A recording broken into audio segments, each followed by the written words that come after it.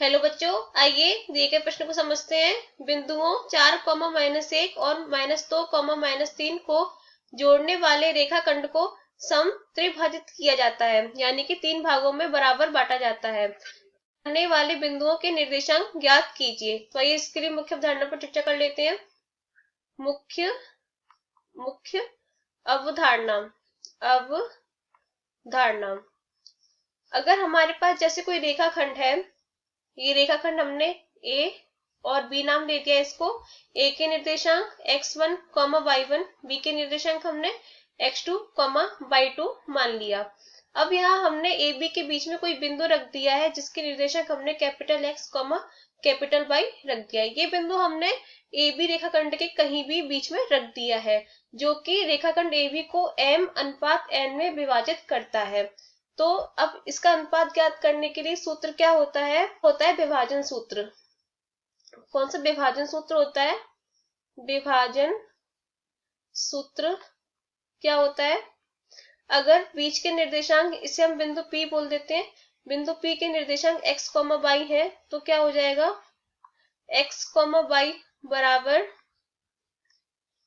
कोष्ठक के अंदर mx2 धन nx1 बटे m धन n,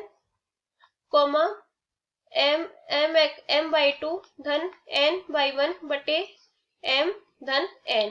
हम इसी सूत्र का प्रयोग दिए गए प्रश्न में करने वाले हैं। तो आइए प्रश्न में क्या कह रहा है? बिंदुओं 4, -1 और -2, -3 को जोड़ने वाले रेखाखंड को सम त्रिभाजित करने वाले बिंदुओं के निर्देशांक ज्ञात करने हैं। यानी कि हमें यहाँ पे एक रेखाखंड दे रखा है, रेखाखंड हमें दे रखा है ये ए और बी, जिसके हमें ए के निर्देशांक, यहाँ पे पहले निर्देशांक क्या दे रखे? 4, -1, हमने इसको ए के निर्देशांक मान लिए, और बी के दे रखे -2, -3। अब यहाँ पर दो बिंदु हैं जो इस रेखाखंड को 3 बराबर भागों में विभाजित करते हैं। एक बिंदु मान लिया हमने, एक यहाँ पर है और एक यहाँ पर है, तो इसे हमने सी मान लिया है, इसको डी मान लिया है। और हमें इस प्रश्न में सी और डी के निर्देशांक ज्ञात करने हैं। तो सबसे पहले हम सी के निर्देशांक ज्ञात करेंगे। तो कैसे ज्ञात कर सकते हैं? अब हम यहाँ से चित्र से देख सकते हैं, जो सी बिंदु है वो रेखा को 1:2 के अनुपात में विभाजित करता है। हम देख सकते हैं चित्र से कि सी बिंदु जो है वो रेखा को 1:2 के अनुपात में विभाजित करता है। यहाँ से लिख सकते हैं हम बिंदु सी के लिए m का मान कितना हो जाएगा? m का मान हो जाएगा 1 और n का मान हो जाएगा 2। तो यहाँ से c के निर्देशांक क्या हो जाएंगे? हम इसी विभाजन सूत्र का प्रयोग करेंगे। तो इसके हमने निर्देशांक मान लेते हैं x, y, capital X, y। तो क्या हो जाएगा? x, y बराबर, और इसे हमने मान लिया 4 को x1 -1 y1, इसको x2 और y2। तो क्या मिलेगा? m का मान कितना है? 1, x2 का मान कितना है? -2, धन n का मान कितना है? 2, गुणा x1 का मान कितना है? 4 बटे 1 धन 2, m का मान 1 गुणा y2 का मान -3, धन n का मान 2 गुणा y1 का मान कितना है? -1 बटे 1 धन 2। तो क्या हो जाएगा? x, y बराबर, इसको हल कर लेते हैं, -2 धन 2 चौक 8 बटे 3, -3 -2 बटे 3।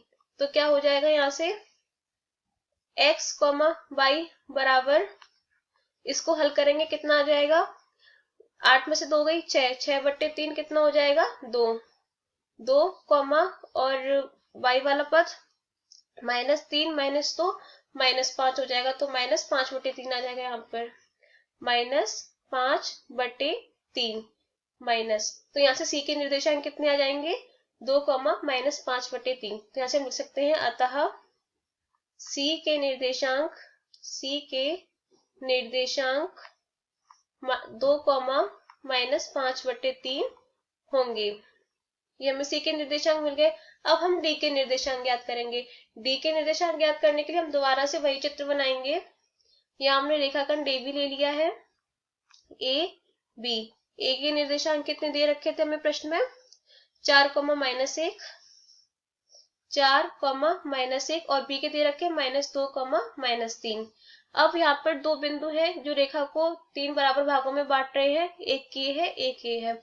तो इसे हमने सी डाला था, इसे हमने डी डाला था। तो सी के निर्देशांक हमें पता चल गए हैं 2, 5/3। अब हमें डी के निर्देशांक ज्ञात करने हैं। तो हम देख सकते हैं चित्र से जो डी बिंदु है वो रेखाखंड को 2:1 के अनुपात में विभाजित करता है। तो यहाँ से m का मान कितना हो जाएगा, m बराबर 2 हो जाएगा बिंदु डी के लिए, बिंदु डी के लिए, और n का मान हो जाएगा 1। तो हम वही उसी सूत्र का प्रयोग करेंगे जो हमने मुख्य अवधारणा में समझा था। तो क्या हो जाएगा, और इसके हम निर्देशांक बोल देते हैं x, स्मॉल y। तो क्या हो जाएगा, x, y बराबर, तो क्या हो जाएगा कोष्टक में mx2, m का मान 2 गुणा x2 का मान -2 धन n का मान 1 गुणा x1 का मान कितना है 4/2 धन 1, m का मान 2 गुणा y2 का मान -3 धन n का मान 1 गुणा y1 का मान -1/2 धन 1। इसको हल कर लीजिए तो x, y बराबर 2 गुणा -2 कितना हो जाएगा -4 धन 4/3, 2 गुणा -3 -6 और ये -1/3। तो क्या हो जाएगा x, y बराबर आ जाएगा, ये तो 4 में से 4 गए 0, 0/3 0, -6 -1 कितना हो जाएगा -7/3। तो डी के निर्देशांक कितने आ गए 0, -7/3। तो यहाँ से लिख सकते हैं अतः डी के निर्देशांक 0, -7/3 होंगे। आशा करते हैं कि आपको प्रश्न समझ में आया होगा। धन्यवाद।